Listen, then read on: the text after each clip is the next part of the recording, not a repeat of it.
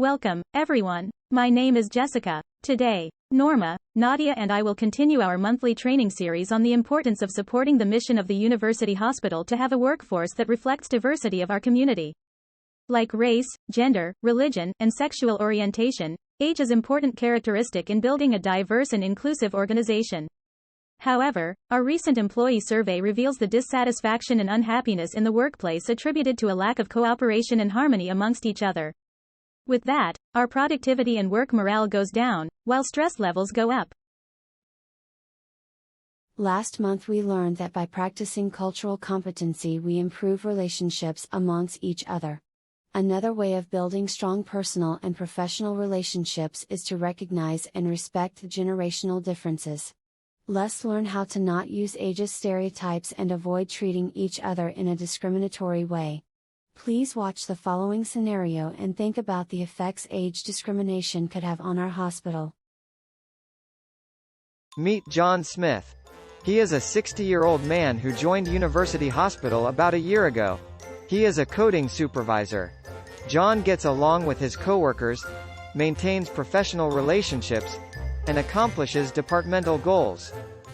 One day John was walking home from the university hospital and realized that he is being excluded from important meetings, while younger employees are attending. He also noticed that is not being offered to attend conferences and training seminars held at the department. Is John experiencing ageism? Or is he simply being too sensitive?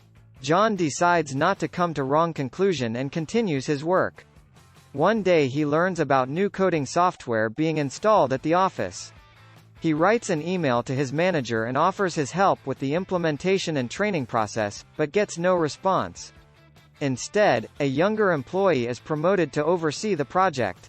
John decides it is time to talk to his manager about the concerns he has. John gets the following response. You know, I have noticed that technology is not your strong suit, so learning new system might take longer for you. Maria was promoted to oversee the new project. She is recent graduate and is really tech savvy. You can learn a lot from her. John is frustrated and he decides to go to the Human Resources office. He talks about his concerns and observations, but unfortunately, no attempt to resolve the issues is initiated. Sadly, the described scenario happened in our hospital. John decided to leave the company because of unfair treatment based on age. Our goal today is to start the conversation about the importance of recognizing the signs of ageism. We would also like to address the misconceptions that might exist about older and younger employees and patients. With that, we hope to prevent the damages that could be caused by discriminatory actions based on age. Ageism refers to the stereotypes, prejudice and discrimination towards oneself based on age. Ageism takes root early in life. As children, we might have learned that older adults are incapable. We see similar messages in social media, commercials, and television. Recent World Health Report concluded that younger adults are being discriminated against based on their age as well. Ageism affects everyone. That is why it needs to be talked about and challenged.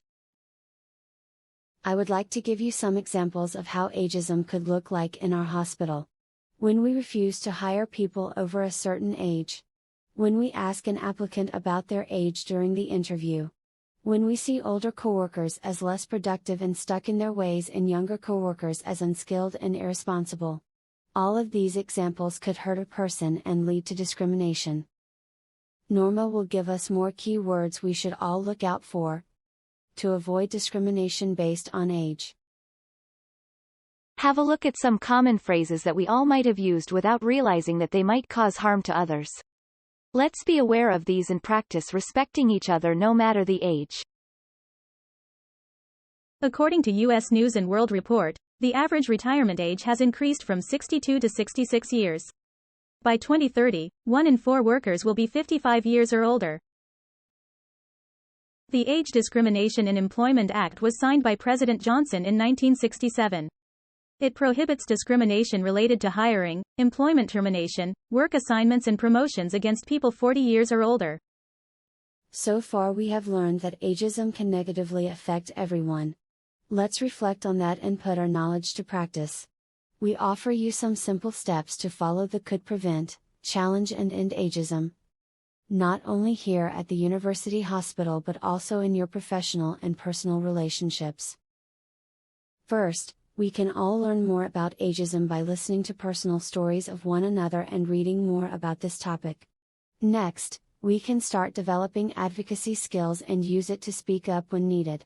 Lastly, we should put our knowledge into practice.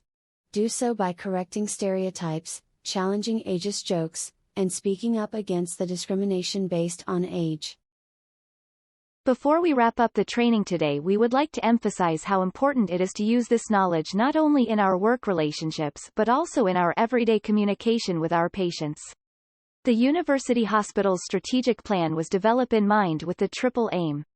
By working on improving patient care, improving health of populations, and reducing per capita costs, that goal will be achieved.